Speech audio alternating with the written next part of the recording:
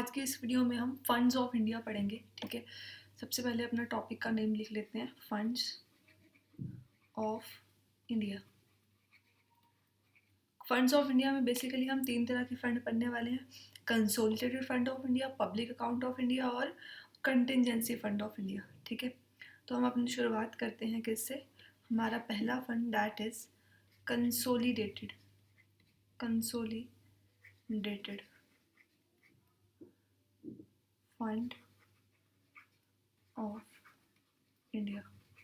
अब देखो इसका मतलब क्या है, पहले मतलब समझो कि कंसोलिडेटेड का मतलब क्या होता है, कंबाइनिंग। ठीक है, जिसमें सब कुछ हो। तो कंसोलिडेटेड फंड ऑफ इंडिया का मतलब है कि all the receipts are credited and all the payments are debited. कहने का मतलब क्या है कि गवर्नमेंट को जहाँ कहीं से भी पैसा आ रहा है वो इसमें डाला जाता है। ठीक है, ऑन द अदर हैंड जहाँ कहीं से का मतलब है कि जो रेवेन्यू हमारे से टैक्स लेती है गवर्नमेंट, वहाँ से गवर्नमेंट लोन देती है। ठीक है, उसके बदले में उनको इंटरेस्ट आता है, वो चीज़ इसमें डाली जाती है। और all the payments are debited, मतलब इसमें से पेमेंट्स भी करी जाती हैं, जैसे किसी की सैलरी वगैरह हो वो इसी में से दी जाती है, किसी की भी सैलरी हो चाहे वो सब कंसोलिडेटेड फंड ऑफ इंडिया से होता है। ठीक है, कंसोलिडेटेड फंड ऑफ इंडिया को ही हम बोलते हैं कॉन्स्टिट्यूशनल फंड।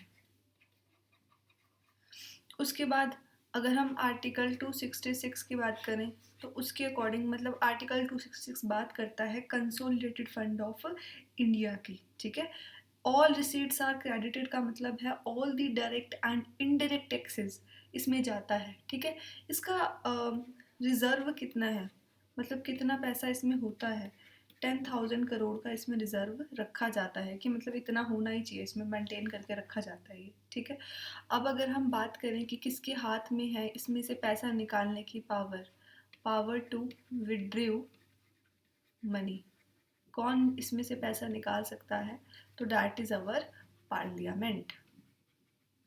ठीक है, और पार्लियामेंट में कौन कौन होते हैं, लोकसभा, राज्यसभा और हमारे president.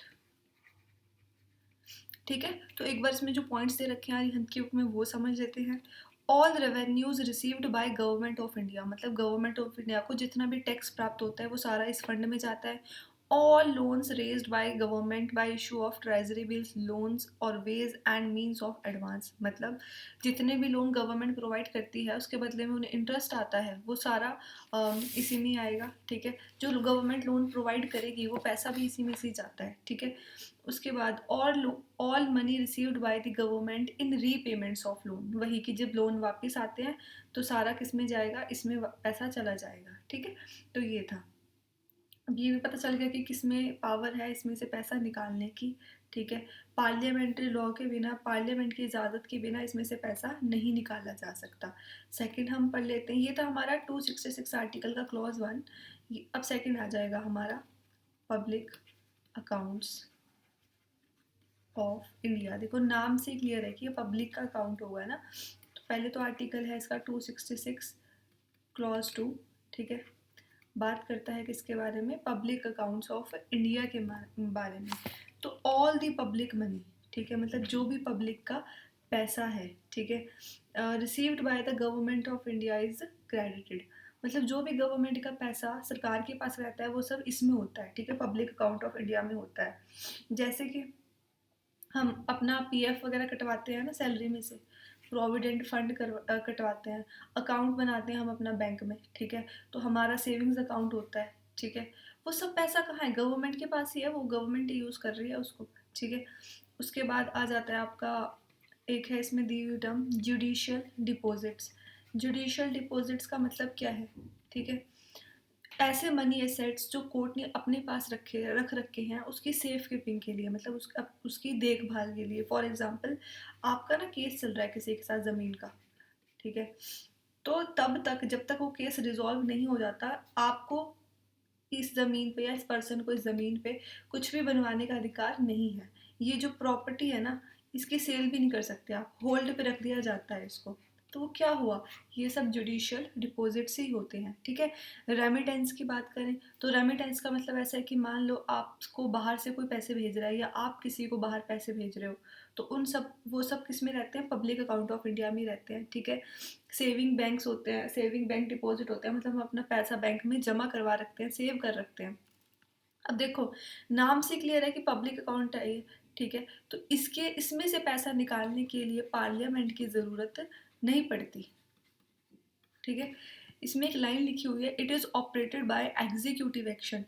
Operated by executive action का मतलब है कि गवर्नमेंट बिना पार्लियामेंट के अप्रूवल के इसमें से पेमेंट कर सकती है, ठीक है, क्योंकि ये जनता का पैसा है। अब नेक्स्ट पर मूव कर जाते हैं अपने। नेक्स्ट है हमारा कंसोलिडेट कॉन्टिजेंसी, सॉरी, नेक्स्ट है हमारा कंटिजेंसी फंड ऑफ इंडिया, ठीक है। आर्टिकल देख लें इसका अगर एक बार, तो आर्टिकल इसका 267 है। अब कॉन्टिजेंसी का मतलब ही क्या होता है कि अनफोर्सिन इवेंट, जो हमने सोचा ना हो, जो हमने देखा ना हो, ठीक है। जैसे कोविड आ गया था एकदम से, कहीं पे बाढ़ आ जाए, कहीं पे साइक्लोन आ जाए, ठीक है, और उससे नुकसान हो जाए, तो वो कैसे हैं, वो अनफोर्सिन इवेंट्स हैं, ठीक है। अब इसमें से पैसा निकालने की पावर किसके पास होती है, प्रेसिडेंट के पास होती है, प्रेसिडेंट। बट ये फंड जो है वो ऑपरेट किसके द्वारा किया जाता है, फाइनेंस सेक्रेटरी के द्वारा, ठीक है। तो इसका मतलब ये हुआ कि प्रेसिडेंट फाइनेंस सेक्रेटरी की मंजूरी के बिना इसमें से पैसे नहीं निकाल सकते, ठीक है। अब इसका सोर्स क्या है, मतलब यार इसमें पैसा आता कहाँ से, कौन इसमें पैसा डाल रहा है, तो जो आपका कंसोलिडेटेड फंड ऑफ इंडिया होता है ना, उसी में से ही इसमें पैसा डाला जाता है, ठीक है।